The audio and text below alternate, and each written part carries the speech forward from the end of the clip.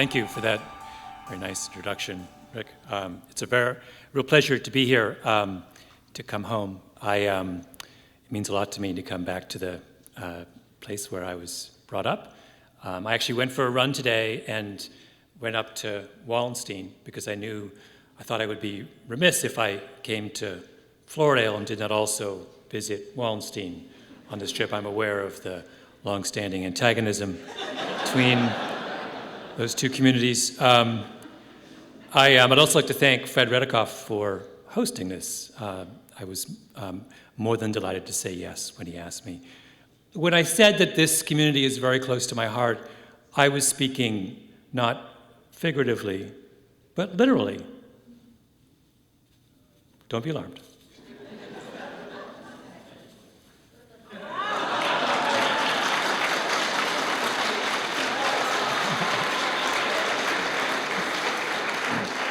How did I forget that punchline?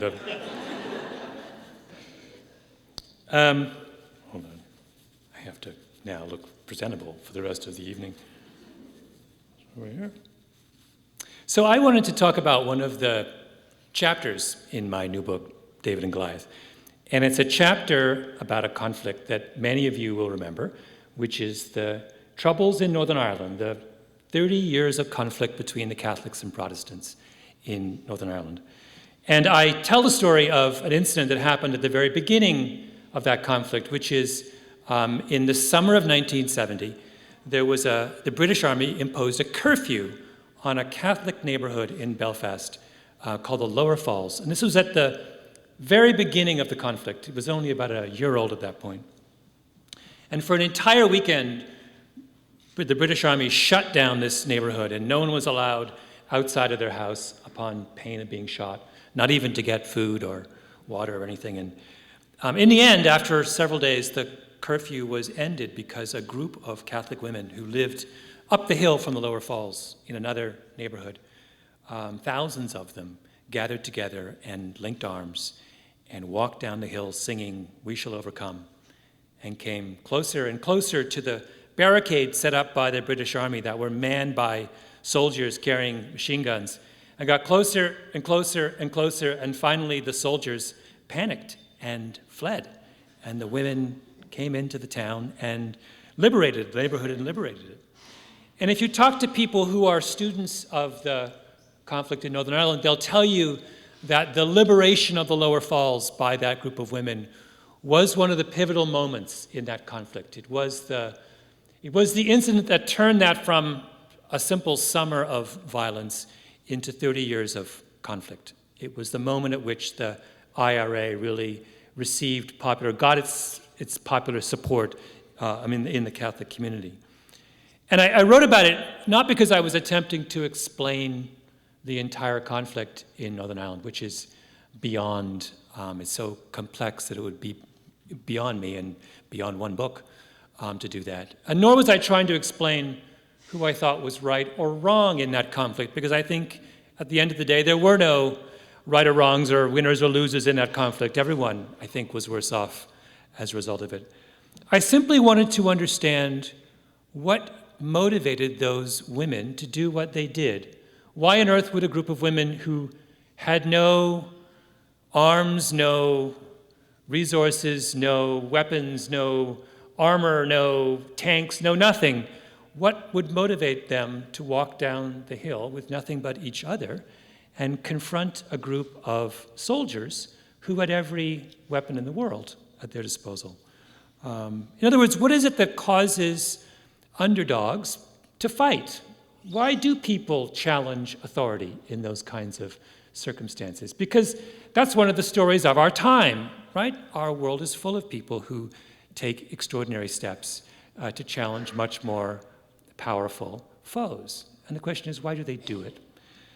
So that's the story I wanted to return to this evening, which is to try and understand what motivates people in that kind of context, situation, to fight.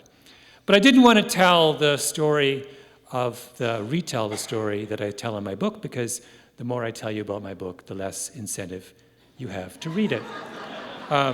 So I thought what I'd do instead is tell a parallel story, a story that doesn't appear in the book, but which I think reflects very strongly on this same theme of what causes underdogs to fight.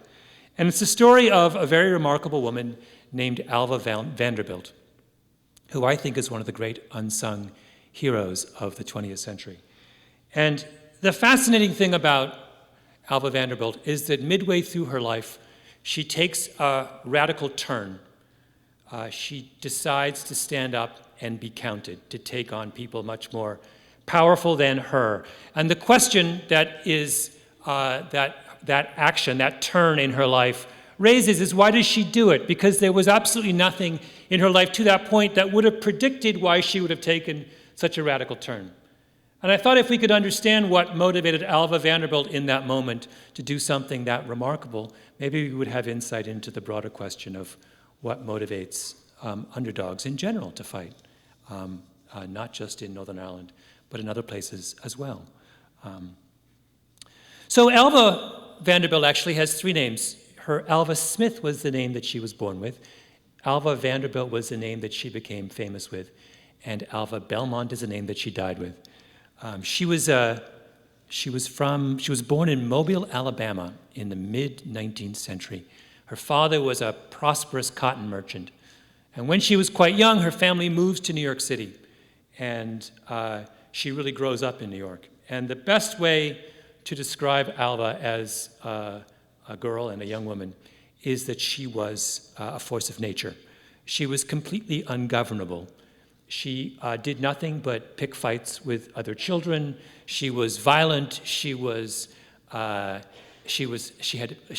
behaved appallingly. She would take direction from no one. She was domineering. She was dictatorial. She was egotistical. She never grew beyond about 4'10", even as an adult.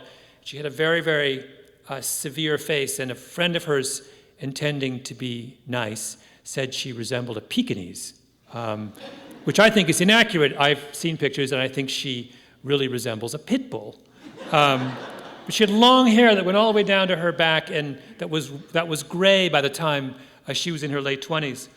And in her memoirs that she publishes at the end of her life, she refers to the fact that she was always governed by this kind of force which compelled her to pick fights with anyone that she encountered. She's a real piece of work. And she has great ambitions for herself in New York society, and her own family, while well off, is by no means wealthy, and she realizes that if she wants to do what she wants to do, if she wants to accomplish what she set out to accomplish in the world, she's going to need money. So she sets her eye on all of the eligible young men of New York society in this period, and finally lands on a young man named Willie Vanderbilt, who is handsome, spoiled, charming, a playboy, and who just happens to be the grandson of Commodore Vanderbilt, who is then the richest man in the world. And so Alva starts to follow him around and realizes that he's going to go to a spa in Sulphur Springs, West Virginia. And she follows him down there. And one night at dinner, she dresses up in this extraordinary black dress festooned with goldenrod. And she comes down the stairway into the dining room. And Willie Vanderbilt looks up and sees this vision, and he's smitten. And she goes and she sits down next to him, and she lies about her age, and she charms him, and in short order, they're married, and she produces 3 children for him, a daughter named Consuelo and 2 young sons, and then she sets out to become the most conspicuous consumer in the history of conspicuous consumption. And for all of us who've lived through the first 13 years of the 21st century, I think we know that the competition for that title is considerable. So she goes out and she buys 800 acres in Long Island and has the most prominent architect of the day, a man named Richard Morris Hunt, build this fantastic house in shingles overlooking the water. And then she buys an entire city block in the middle of Manhattan on the corner of 52nd and 5th Avenue, where the Rockefeller Center is today. And she hires the same architect to build her a French chateau. And the cost of construction of this house is $3 million in $1890. which works out to a couple of $100 million in contemporary money. And to give you a sense of what this house is like, I'm going to quote to you the following passage from one of the many books that have been written about Alva Vanderbilt's houses, all of which are exercises in what might be called real estate pornography. This is a brief description of the interior of the chateau on the corner of 52nd and 5th. Everywhere was everything.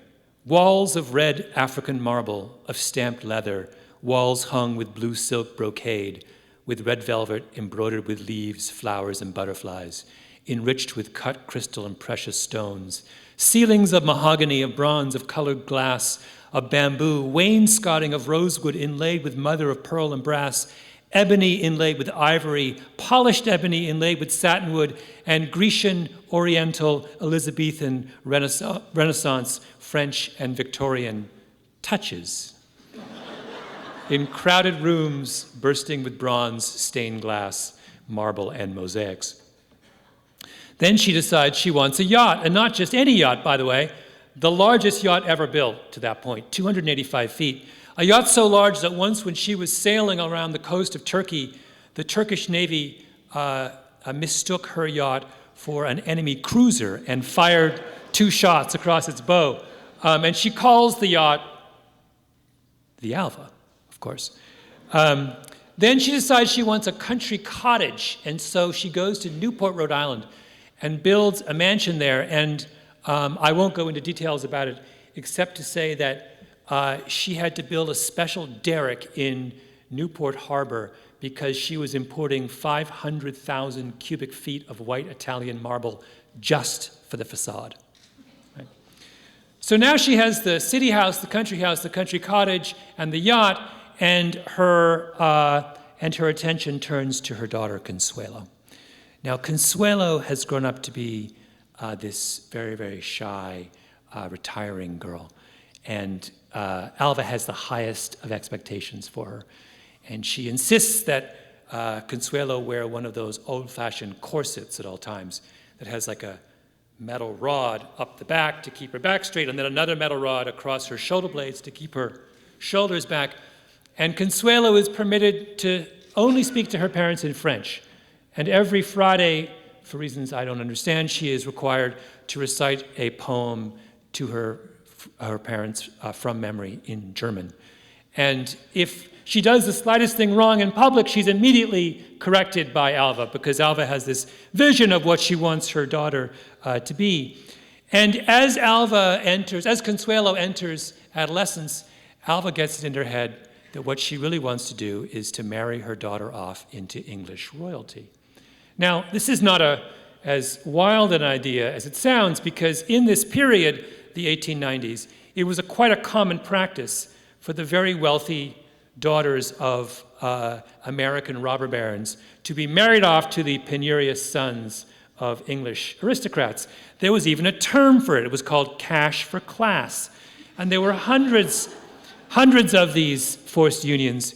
But Alva, in very typical fashion, sets her sights on the most eligible of all of the penurious sons of English royalty, a young 23-year-old man named Charles Richard John Spencer Churchill, otherwise known as Sonny, who is the first cousin of Winston Churchill, the lineal ancestor of Princess Di, and the heir to Blenheim Palace, which was, and still is, one of the largest and most ostentatious private homes in the world, the main buildings of which comprise 7 acres.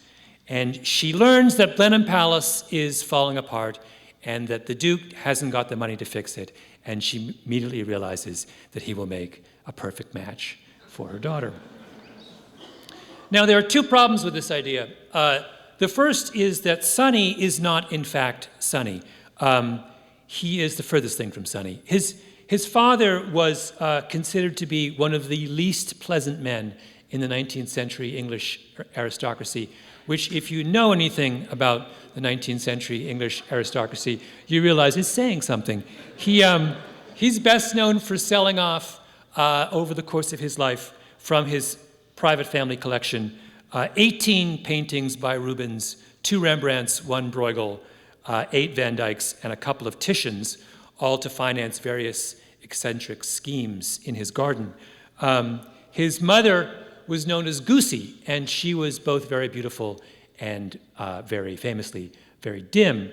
And she was fond of performing various practical jokes, all of which I think are best understood as exercises in extreme passive aggression, such as she would place ink pots on the top of doors so that when her guests would walk through them, the ink would fall on their head.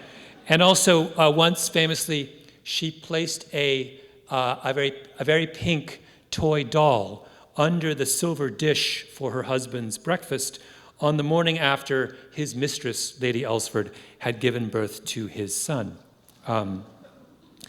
You never quite recover from parents like that. And Sonny did not. Sonny, he was petulant and self-absorbed and malicious. Consuelo once wrote this of him. His hands, which he used in a fastidious manner, were well-shaped, and he seemed inordinately fond of them. Now, I mention that because in the many tens of thousands of words that Consuelo wrote in her memoirs about her life, that is the nicest thing she ever said about Sonny. The only other fact worth mentioning about Sonny is that his second wife, Emily Deacon, used to sleep with a revolver by her pillow in case Sonny should come to her in the middle of the night. So that's the first problem. Sonny's not Sonny. The second problem was that Consuelo was in love with someone else. Her heart had been given to a young man named Winthrop Rutherford, who, otherwise known as Wintry, who was everything Sonny was not. Warm, charming, handsome, gregarious. He was an Adonis, an extraordinary dancer. He was from one of the best families in all of New York. And he begins to woo Consuelo in earnest. And on her 18th birthday, she receives a single long-stemmed rose. And she knows, there's no letter attached, but she knows who it's from. And not long thereafter, Wintry goes on a bicycle ride down Riverside Drive in Manhattan with Consuelo. And the two of them are biking along, and of course, Alva is along as well as the chaperone. And as they approach a bend in the road, Wintry looks at Consuelo, and they send each other a secret glance, and they bicycle ahead and go around the curve ahead of Alva. And in that moment, Wintry turns to Consuelo and says, "Will you marry me?" And she says, "I will." And Alva, realizing something is up, bicycles as fast as her little legs can carry her to catch up, and she looks in the eyes of Wintry and looks in the eyes of her daughter, and she realizes something's up. So the next day, she whisks her daughter off and takes Consuelo to Paris. Right? And Wintry sends letter after letter to his beloved in Paris, and every one of them is intercepted by Alva. And finally, Wintry shows up because he wants to see Consuelo, and Alva puts guards by the front door and forbids him from entering. And then Alva takes Consuelo to the house in Newport, Rhode Island, and once again Wintry shows up, but Alva keeps Consuelo locked up like Rapunzel in the castle and won't let her see her beloved. And finally, Consuelo has had enough, and she one day goes to see her mother and climbs the opulent marble staircase into her mother's extraordinary bedroom, where there are sculptures of cherubs on the walls holding shields festooned with the letter A. Well done. And she stands up before her mother and says, "You have no right to do this to me. I have the right to marry the man I love." And Alva looks at her and says, "No, you don't. You're going to be a duchess." Right? And the two of them just embark on the most extraordinary quarrel. They're screaming at each other. It's Vanderbilt on Vanderbilt violence. And finally, Alva Vanderbilt just blows her stack because no one talks to her like this. And she turns to her daughter and she says in the coldest terms, "If you let that man ruin your life, I will shoot him on sight." And Consuelo knows enough about her mother to know that is not an idle boast. And she goes back to her room and she cries herself to sleep. And in the morning, there's a knock on the door, and it's a doctor. The doctor says to her, your mother, Alva, is very sick. She's had a heart attack. And I greatly fear that if you have another quarrel with her today, she'll have another heart attack and she won't recover. And Consuelo realizes it's no use. There's no way you can stand up to Alva Vanderbilt. And so on November 6th, 1895, New York witnesses what was probably the grandest wedding before or since in its history. The heiress to one of the wealthiest men in the world marries the most eligible bachelor in all of England. And Alva takes over St. Thomas's Cathedral on Fifth Avenue, and she hires 80 decorators to fill it with flowers. And she invites every famous, successful, wealthy, prestigious person in the country, and they show up 2 hours ahead of time to make sure they get a seat. And the crowds are lined up 5 and 6 deep from 72nd Street all the way down to 50th Street. And the police are trying to hold them back because they're all straining to get a look at this extraordinary procession going to the wedding. And every single newspaper in the country sends a reporter to cover this extraordinary event.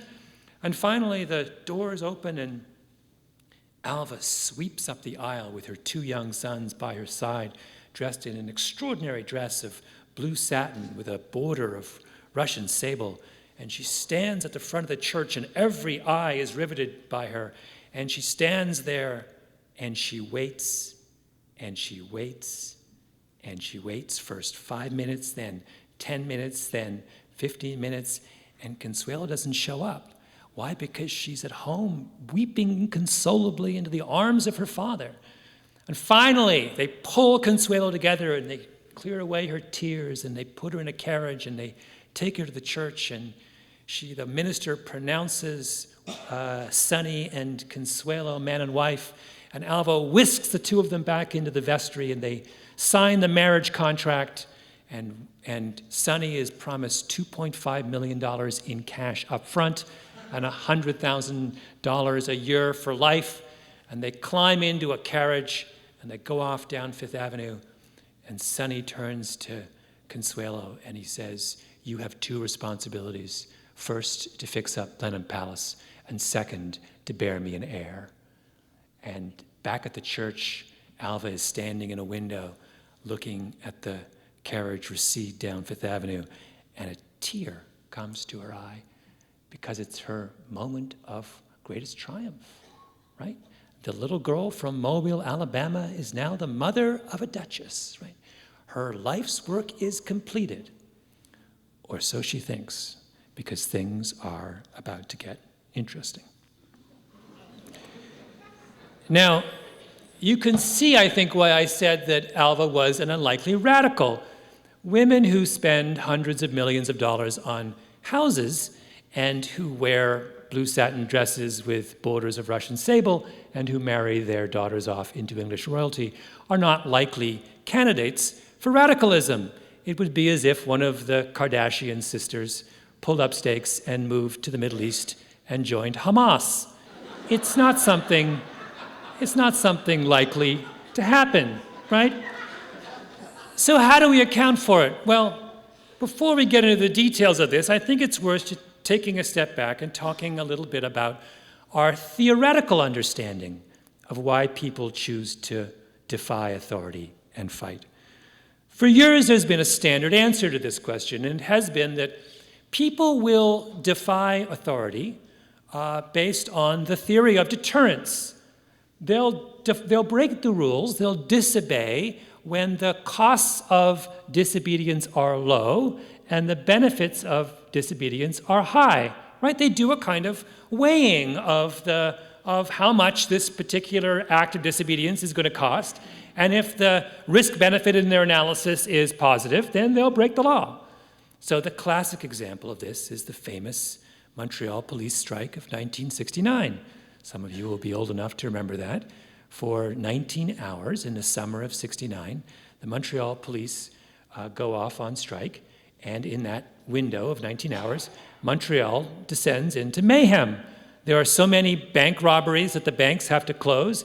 People start shooting each other in the streets. I didn't even know they were guns in Montreal in 1969. They must have gone to America, gotten guns, brought them back in order to shoot each other during this particular window, right? That's used by criminologists as evidence of the theory of deterrence. For that 19 hours, there was no cost associated with breaking the law, so people broke the law in droves. Now, the problem with deterrence theory, though, is that there are lots and lots of cases where it doesn't seem to explain behavior. So think about another very common kind of law-abiding behavior that all of us have to engage in, which is paying our taxes. If you look at all of the countries in the Western world, you will see an extraordinary range of honesty on tax day. There are certain countries like Greece and Italy where the number of people who cheat on their taxes on tax day is incredibly high. Maybe as many as a third to a half of people are actively hiding their income from the government. In comparison, a place like Canada, or more particularly, a country like the United States, has very little cheating on tax day. In fact, our understanding of American taxpayers is that they are about as honest as taxpayers can be. Now, what would the theory of deterrence tell you about or predict about that situation? What it would say is that the reason Americans obey the law on tax day is that the costs of cheating on their taxes are really high and the benefits are really low, right? In other words, there must be really, really serious penalties that are dissuading people from cheating on their taxes in America. Is that true? No.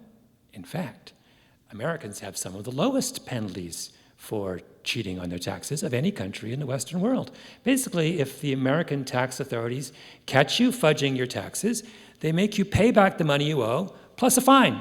They very rarely send you to jail. And by the way, their chances of catching you are incredibly low because America has the lowest rates of audits of personal income taxes in the Western world. So it's a puzzle. The theory of deterrence would say under those circumstances, people would cheat all the time, and yet Americans don't. So in answer to this puzzle, another group of criminologists have said, you know what, deterrence is not a good explanation. What we need, what would work better is a theory that they call the theory of legitimacy. And what legitimacy theory says is that people will obey the law when they feel like the way in which the law is administered is legitimate. Now, what does that mean? Well, it means legitimacy is defined in three ways. A law is considered legitimate when it treats us when we feel the law treats us with respect. Respect means if I have a problem, I can stand up and I can be heard. Someone will listen to me. A law is also considered legitimate when it treats us fairly, when there isn't one set of rules for people on this side of the church and one set of rules for people on that side of the church, right? When we think that everyone is being treated roughly the same way, we're inclined to follow the law. And the third criteria we use to judge a law's legitimacy is trustworthiness. We will follow a law when we feel like the way the law looks today is a good predictor of the way the law will look tomorrow. When we know there's not going to be some radical, arbitrary U-turn in the middle of the night that's going to change the rules and we won't know what system we're operating under in the morning. Where laws are, where they meet these three criterion, people are inclined to follow them. So with these principles in mind, think back to the example of Americans and their taxes. Why do Americans pay their taxes? Because they believe their system to be legitimate, right? If you have a problem with your taxes, if you think your taxes are too high, can you stand up in America and complain and be heard? Absolutely. They have an entire political party which is devoted to nothing but listening to people's complaints about how their taxes are too high, right? Is the American tax system fair? Pretty much. I mean, it has some problems here and there, but compared to other countries in the world, yes, it treats everyone pretty much the same. Is it trustworthy? Well, it is trustworthy. You may disagree with the form that it takes, but no one's changing the rules in the middle of the night. You know pretty much what your taxes are going to look like tomorrow based on what they look like yesterday. Now contrast that to Greece. What happens in Greece? Does their system treat taxpayers with respect? No. It's one of the most corrupt tax systems in the world. People are subject to all kinds of you have to pay bribes and you can get special deals. Is it fair? The furthest thing from fair. Huge parts of Greek society have been exempted from taxes because they bought off politicians. Is it trustworthy? No, furthest thing from trustworthy. The rules change all the time. If you and I lived in Greece, chances are we would think twice about paying our taxes as well, right? Where there is no legitimacy, people choose to disobey authority, to deny someone respect and trust and fairness is a serious blow to their views about the legitimacy of the system that they're operating in. Which brings us back to Alva Vanderbilt. So here was this woman who, against all expectations, becomes a radical, right? And that's hard for us to understand, at least on the surface, because she's this insanely rich woman who goes around the world building extraordinary houses and yachts and buying incredible clothes and ordering around a fleet of servants. What on earth could her complaint with her society be? Well, it turns out that she had all kinds of complaints with her society, because beneath the surface, the world that she was a part of was actually an extraordinarily narrow and oppressive place. She belonged to the upper echelon of New York society, but in New York society, women could play only the very smallest and most constrained of roles. They could have dinner parties, they could raise their children, they could order around their servants, but that was it. They couldn't vote, they couldn't participate in public life, they couldn't get an education, they couldn't speak up and be heard in any meaningful way. They were expected to stay at home and keep up a respectful distance from the rest of society. The men, meanwhile, could do whatever they wanted. They could, especially if they were as wealthy as these men were, they could work, they could get educations, they could run for public office, they could speak up, they could start businesses. Under the divorce laws of that time, a man could divorce a woman merely by accusing her of infidelity. For a woman to divorce a man, she had to prove infidelity and physical cruelty. A man with wealth could go wherever he wanted and satisfy every whim. In fact, the men in the New York society at that time all had yachts, and they would go off on their yachts and have wild parties until the early dawn. They would keep their mistresses in houses in Manhattan. And Willie Vanderbilt, Alva's husband, was no exception. It's exactly what he was like. He was a playboy. Didn't work for a living, didn't have to. He'd inherited millions and millions of dollars. He was this handsome, charming man who could do whatever he wished, and that's what he did. He had one affair after another over the course of his marriage to Alva. So on the outside, Alva may seem like this happy, fulfilled woman, but on the inside, she was suffering. She would later describe the years leading up to Consuelo's marriage as the most unhappy of her life. She had really begun to argue as the weight of his infidelities had gotten heavier and heavier. And finally, in an attempt to save her marriage and her family, she turns to Willie and says, let's go as a family to Paris for the summer, hoping that by getting away they can patch things up. But they go to Paris and it's a nightmare. The minute they get to Paris, the first thing Sonny does is start up a very public affair with Alva's best friend. And then he simultaneously starts a very public affair with a very famous prostitute in Paris, and he's seen with her all around town, right? And Alva is completely humiliated. Later in her life, she writes her memoirs, and there's this extraordinary paragraph where she describes what it was like to be a woman in that kind of situation. And she says, I'll read to you. She says, "It was considered religious, dignified, and correct for the wife to withdraw into the shadows while her husband paid the family respects to the sunshine." And then she writes, and this is the line I find heartbreaking, "A woman was supposed to get her sunlight by proxy through her husband." And I think that phrase, sunlight by proxy, helps to put a lot of her behavior into perspective.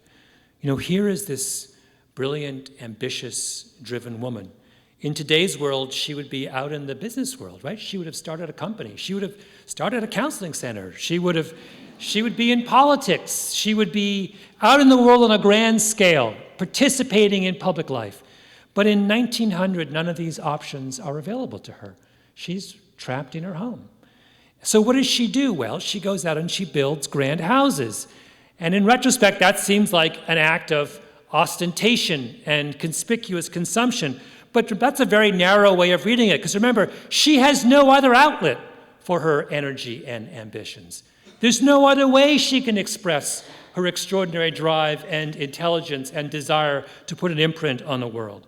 This is a woman who needs a project and a challenge, and her society, has given her only one way to express that. Those houses are not symbols of conspicuous consumption. They are symbols of frustration. I think this also makes sense of her seemingly inexcusable behavior around her daughter Consuelo's love for Winthrop Rutherford. You know, Alva loved her daughter more than anyone else. She had paid extraordinary attention to how her daughter was raised and educated. At a time when young women were marginalized, were not permitted to participate in the intellectual world of which they were a part, Alva made absolutely sure that Consuelo had access to all of the great books and tutors of the day. She made sure that her daughter was taken to Europe and got a sense of the world that she lived in. She wanted a daughter who was going to be a spirited, thoughtful, intelligent, worldly woman. She wanted a woman who would stand up and be counted. And when she looks at Wintry, what does she see? Well, when Wintry was pursuing Consuelo was 18 and Wintry was 33. He spent his days playing golf and polo at the Newport Country Club. When he dies, years later, I read his obituary. The obituary writer is clearly working incredibly hard to find even a single thing interesting about Wintry's life. And the only thing he could come up with is that Wintry had fox terrier kennels that were known the country over. Right? That's the best he can do. And when he couldn't marry Consuelo, what does Wintry do? He just marries another rich heiress. And that rich heiress happened to die young, and what did Wintry do? He just married another rich heiress. When Alva looks at him, she sees another version of the man she married, Willie Vanderbilt, right? An idle, decadent philanderer who will sentence her daughter to a lifetime of misery and uselessness. By contrast, what did Sonny represent? Well, sure, he was a miserable person, but at least he was a miserable person in another country, far away from this incredibly narrow, constraining society of which Alva and Consuelo were a part. And as his wife, Consuelo would be the Duchess of Marlborough. She would be someone who would have a formal position in the world. She would be able to speak up and be heard. People would take her seriously. She wouldn't be dismissed the way the women of New York were dismissed. Now, to our modern ears, that sounds like an impossibly cynical calculation on Alva's part, because today we marry for love, and Consuelo was absolutely in love with Wintry. But in the late 19th century, when women were little more than property of their husbands, Alva felt that love was a luxury her daughter could not afford. You know, Consuelo was her great hope. This was her beloved. She had a real mind and she had a real spirit, and Alva felt that she could not let her daughter squander her life the same way that Alva felt her own life had been squandered. So what does Alva do? Well, the first thing she does in those long, difficult years is she kicks Willie out. She says, enough. I will not be humiliated anymore. And she demands a divorce. Now, of course, a divorce in this era is something, particularly at that level of society, that is unheard of. And the minute she says that, she is ostracized from New York society and vilified. When she comes out of the church where she's gone for her entire adult life, people who she thought were her friends turned their backs on her and would no longer talk to her, right? The next thing she does is that she rises to her full height of 4'10", and she tells her daughter Consuelo that she cannot throw her life away by marrying Winthrop Rutherford.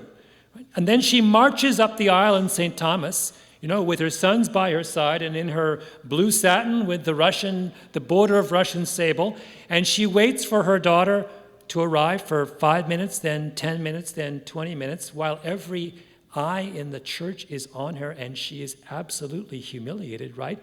And she stands there and waits. Why? Because she knows her daughter is at home weeping inconsolably into the arms of her father. Right? And when Sonny and Consuelo pull away in that carriage after their marriage, and a tear comes to Alva's eye, it's not a tear of triumph. It's a tear of real tragedy. This is a woman who has been forced to make a series of impossible choices. Her husband has publicly humiliated her, and she has decided to leave him as a result and has been ostracized by the society that she thought she was a part of. Her daughter has made a disastrous choice in love, and she has prevented her daughter from marrying the man he loved, and in so doing, alienated her daughter from herself, alienated the one person she loves more than anyone else. Why? Because she's trying to save her. Right? Now, under normal circumstances, people who face that kind of social pressure, they give in. They don't fight. They say, you know what, it's not worth it. They say to Willie, I'd rather be humiliated and stick with you than face this kind of ostracization and vilification. They say to their daughter, all right, do what you have to do. I'm not going to fight you on this. They slink away, ordinarily, and they declare defeat. But Alva doesn't do that. And why? Because she does not accept society's judgment of her on either of those two fronts as legitimate. They have not treated her with respect. They have not treated her fairly, and they have not treated her with trust. And Alva at that moment is at the same moment that all radicals are at the point of their transformation, and that is that she's angry. Now, I said at the beginning that one of the things that I wanted to talk about was why underdogs choose to fight. Why do they choose to go up against overwhelming odds? And I think we have in this notion of legitimacy the beginning of an answer. To deny someone respect, fairness, and trust is to so anger them and to so enrage them on some fundamental level that they are willing to tackle overwhelming odds. They're willing to do the unimaginable to try and get some measure of respect back. And I think this is what lies at the heart of the troubles in Northern Ireland. The British Army goes to Northern Ireland in 1969, and they have the very best of intentions. The Catholics and the Protestants are at each other's throats. They're burning down. Belfast is in flames in the summer of 1969. Protestant mobs are roaming the streets, burning down Catholic homes. Thousands of people are refugees fleeing from one part of the city to another. So the British Army goes in, and they want to be peacekeepers, keep these two sides apart. And in the beginning, it's important to understand that in the beginning, in that first year, they were welcomed with open arms, particularly by the Catholics. They were seen as people who were saving the day. Right? So what happens to sour the relationship between the Catholics of Northern Ireland and the British Army? Well, I think the simplest explanation is the British never understood the importance of this idea of legitimacy. The guy who was heading the British military presence in Northern Ireland was a general by the name of Ian Freeland, who was a general of the old school. Square jaw, straight back, piercing blue eyes, all that stuff. And the first thing he does when he gets to Northern Ireland is he says, "The patience of the British Army is not inexhaustible. We will meet force with force," right? He says his mandate is to deal toughly and to be seen to deal toughly with thugs and gunmen. He's going to crack down. He's a believer in deterrence.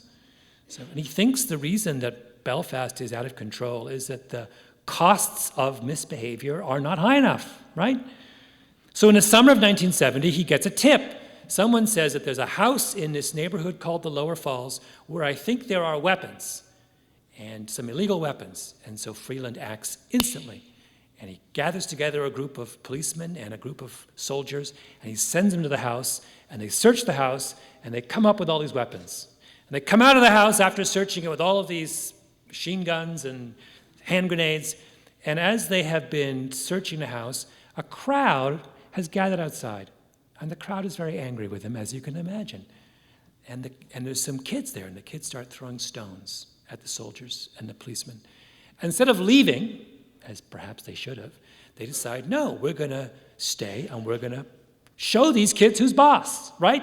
The days when you could get away with this stuff are over, right? So the army starts lobbing tear gas back at the kids. And of course, that only makes the crowd angrier. And people come running from other parts of the Lower Falls, and the mob gets bigger and bigger and bigger, and the violence gets worse and worse and worse, and someone turns over a bus and sets it afire. And finally, Freeland has enough. And he gets a helicopter, and he flies over the Lower Falls, and he says through a megaphone, everybody in their house now, don't leave or you'll be shot. Right? And the street's empty, and then he brings in 3,000 troops, and he searches every single house from top to bottom, starting that night and ending at 4 in the morning. And in the morning, when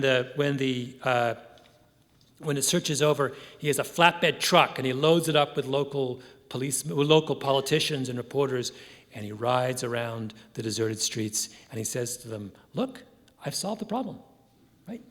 And he honestly thinks that by imposing that curfew, he has permanently solved the troubles in Northern Ireland. And he says to all the people he's with, we're going to be home by Christmas. We're out of here, right? And of course, they weren't home by Christmas. They weren't home for another 30 years, right? So why does it go on for another 30 years? Why doesn't that act of deterrence work? Well, think back to those principles of legitimacy. If you were living in the Lower Falls, would you have thought that you were treated with respect? What does respect mean? It means that I can stand up if I'm being mistreated and be heard. Well, the whole problem in Northern Ireland from the very beginning was that Catholics never felt they could stand up and be heard. They had no voice in their government. Their government was almost entirely made up of Protestants, right? I'm going to quote, this is a passage from a soldier who was involved in the curfew that evening, in the searches that evening, describing what went on when they searched house to house that evening. Hold on. Yes, here it is. I knew full well that a lot of the lads were taking this opportunity, talking about soldiers, to vent their anger. Heads were being cracked and houses trashed from top to bottom.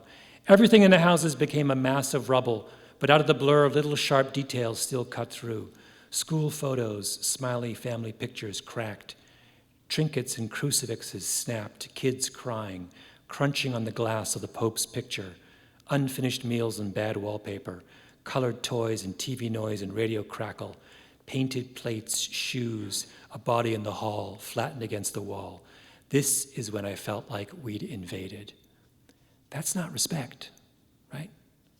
And was it fair? That's the second condition of legitimacy. You have to feel like you're being treated the same as everybody else in your boat. Well, that was also a problem in the Catholics of Northern Ireland. They never felt they were being treated fairly. The army in Northern Ireland in 1970 was, the police force in Northern Ireland in 1970 was 95% Protestant. That was the same police force that Freeland used to do the searches in the Lower Falls. The previous summer, when Protestant mobs had roamed through Belfast, burning down Catholic neighborhoods, the police had stood there and watched. Right? There were reports of Protestant people in the mobs, Protestants going up to the police and asking to borrow their weapons. Right? Do you think that people in that context felt that they were being treated fairly?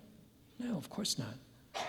Well, after 2 days of this, after the mounting anger of 2 days of massive illegitimacy, the women from the Catholic neighborhood up the road decided that enough was enough, right? and they link arms, thousands of them, and they march down the hill, and they sing, "We shall overcome," and they get closer and closer and closer to the soldiers behind the barricades with their machine guns, and the soldiers finally panic, as you would, faced with 3,000 housewives from Ballymurphy and Belfast.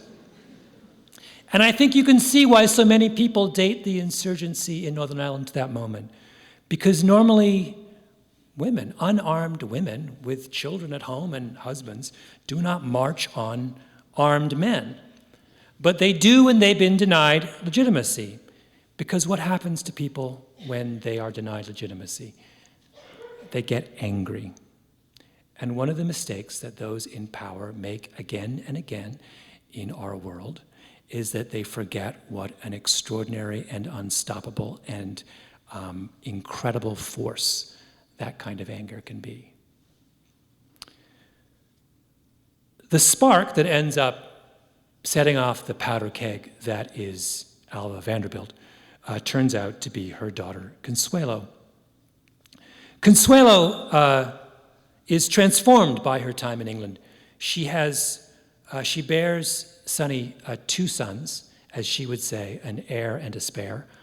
And the significance of this act cannot be overstated, because had Consuelo not borne Sonny an heir, then Blenheim Palace would have passed to Winston Churchill, and the burden of taking care of that extraordinary monstrosity would have been such that Winston Churchill would probably never have had the chance to run for public office, and we would all currently be under the Third Reich. So you can thank Consuelo for that. And after 10 years of enduring this utterly unspeakable man, Consuelo leaves him. But she does so with such grace and dignity that everyone in English society rallies around her and not around Sonny. And with that separation from Sonny comes a transformation. She had been kept almost captive in Blenheim Palace for those many years. But once she's free of Sonny, she begins to blossom. And she begins to use her standing in English society to become a powerful force for good. And she becomes one of the leading philanthropists in all of England, and one of the most powerful advocates for social change in all of England. The shy, bookish girl from Manhattan has turned into this charismatic, powerful, engaged person in British public life. And in the spring of 1908, she decides to go home. And she comes back to New York, and she gives a very famous speech at the Waldorf Astoria Hotel in Manhattan. And all of the society ladies attend, hundreds of them. And Consuelo stands at the front of the room, and she gives this extraordinary speech. And it's extraordinary because she does not mince words. She basically says to them, "You're wasting your life." She says, "Here you are, women of intelligence, women with real material resources, and what do you do all day? You plan parties and you hide behind your husband." She says, "I come from England, and in England we're a generation ahead. In England it is considered perfectly appropriate for women to stand up and be heard on matters of importance." And she tells them what she's been doing in England for 10 years. And she says, "It's time for you to step up and do the same thing." She calls them lazy and irresponsible. And you cannot imagine the effect this speech has. It sends an electric lightning bolt across the country. Every newspaper in the country covers it. It's front page news. Consuelo becomes a kind of celebrity as finally the woman with the guts to speak truth to power in America. And as she's giving this famous speech, who's standing in the front row? Her mother, Alva, right? And you can only imagine how Alva feels. A decade before, 15 years before, she sent her daughter away in tears because she thought that only by leaving New York for England could Consuelo be saved. And now Consuelo is back, and she's saved. Right? And after the talk, Alva and Consuelo meet together in the back of the room, and Consuelo turns to her mother and says, "In spite of everything, I'm glad I married an Englishman." And it's as if a weight has been lifted off Alva's shoulders, and every one of her sins has been absolved. And not long after that, and she thinks about what her daughter Alva, what her daughter Consuelo has said, and Alva realizes that Consuelo's right, that she too, Alva, has been one of those women who has not stood up and been counted, has not asserted her position as she has the right and the opportunity to do. And so she goes back with Consuelo to England, and she goes to an evening at the Royal Albert Hall where a woman named Emmeline Pankhurst is giving a speech. And Emmeline Pankhurst is, of course, one of the most famous suffragettes of the entire early 20th century. She was, at a time when women almost nowhere in the world had the right to vote, Emmeline Pankhurst was leading the most militant arm of the suffragette movement in England. And she was not a woman who shrank from any kind of challenge. She was famous for she would assault police officers, she would break windows, she would burn down buildings, all in an attempt to make the cause of women's suffrage real in the minds of the English public. And Alva listens to her and she's mesmerized. This is her kind of radical, right? And she says later it was as if 1,000,000 lightning bolts had been hurled at some kind of solution. And she thinks back to what Consuelo says and she realizes, you know what? Consuelo didn't go far enough. It's not just that women need to be less passive. It's that women need to reshape the very foundations of their society. And she thinks about all the problems that she faced, those impossible choices she had to make, the dilemma she had over losing her daughter in order to save her, the humiliation she suffered at the hands of her husband. And she realizes at the root of those impossible choices was the fact that she lived in a world that did not treat women as legitimate. And she realizes that until women get the right to vote, nothing they do will ultimately make a difference. So she returns to New York and she's ready for battle. And she looks at the state of the American suffragette movement and she realizes it's in shambles. Nothing's happening. It's demoralized. They got no resources. They have no urgency. They have no visibility. And she realizes that she has urgency and visibility and resources in abundance. And so she does the same thing she's done her entire life. She just barges in and she takes over. And she finds out that the suffragette movement is headquartered in some little town in Ohio, and she says, this won't do. And she buys them a big fancy headquarters on Fifth Avenue in Manhattan. And then she goes back to her fancy home in Newport, Rhode Island, the one with the 500,000 cubic feet of white Italian marble just for the facade. And she says, this would make a really great convention center for the suffragette movement. And that's what she does. She turns that into the meeting place where all women from all parts of America would gather to plot the overthrow of patriarchy in America. And her fancy neighbors jump up and down in outrage, but she doesn't care. And she opens a Washington office for the suffragette movement and hires a lobbyist. And you would not believe the kind of flack she gets for that. People denounce her and say, it's not ladylike to hire a lobbyist for your cause. And Alva shrugs and she says, I don't care. I haven't been ladylike in 40 years, right? And then in 1909, the garment workers of New York, the female garment workers of New York go on strike. And these are the most downtrodden, oppressed, underpaid, mistreated workers in the entire city. And they are, over the course of the strike, they are mistreated horribly by the police. The picketers are arrested and roughed up and assaulted, and their clothes are torn from them. And Alva stands up and says, enough. And she leads a march down the Bowery on behalf of the striking garment workers and holds this huge fundraiser, bigger than this even, in this giant hall in downtown Manhattan. And then she goes to the courthouse where the picketers are being held, imprisoned, and she sits there and she stares at the judge and stares at him all night until he finally gives in and lets them free, right? And then she turns her attention to African Americans because there was a black suffragette movement in this period. But of course, at the turn of the last century, black and white didn't mix. But Alva says, this is ridiculous. We're all women. And she stands up and she invites the black suffragettes to join the movement. And when some suffragettes say to her, you know, Alva, you're moving too far and too fast. You're going to antagonize men. Alva says, men never worry about antagonizing men. Why should I, right? And throughout the long years of the First World War, many in the suffragette movement said, when our country is at war, this is no time for us to be fighting for the cause of equal rights. And Alva says, that's nonsense.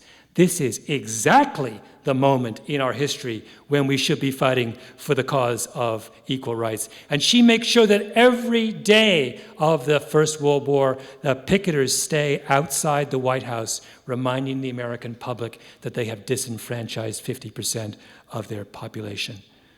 She puts every ounce of her dictatorial, manipulative, domineering, egotistical, controlling, ambitious personality into the cause, and you all know what happens. On August 18th, 1920, the 19th Amendment to the United States Constitution is passed, and women, for the first time in American history, are given the right to vote. Alva wins.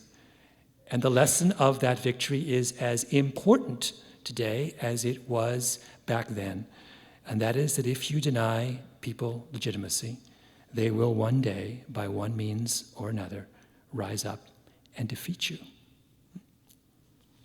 One last thing. Alva dies in January of 1933 from a stroke, and her funeral is held at St. Thomas's Church in Fifth Avenue in Manhattan, the same church where Consuelo was married so many years before.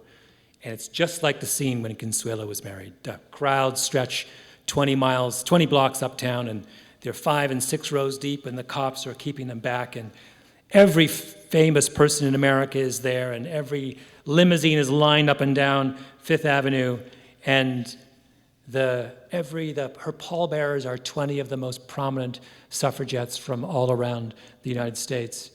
And the congregation during the service sings 3 hymns. The first is by Harriet Beecher Stowe, that great feminist hero. The second is the suffragette battle song, which is called the March of the Woman. And the third is a hymn composed by Alva herself, which is the perfect summary of the life of this strange and wonderful woman. And the hymn is all about how when Alva gets to heaven, there is no way she's going to let a man like St. Peter stand in judgment of her. And it begins, no waiting at the gates of paradise, no tribunal of men to judge. The watchers of the tower proclaim, a daughter of the king. Thank you.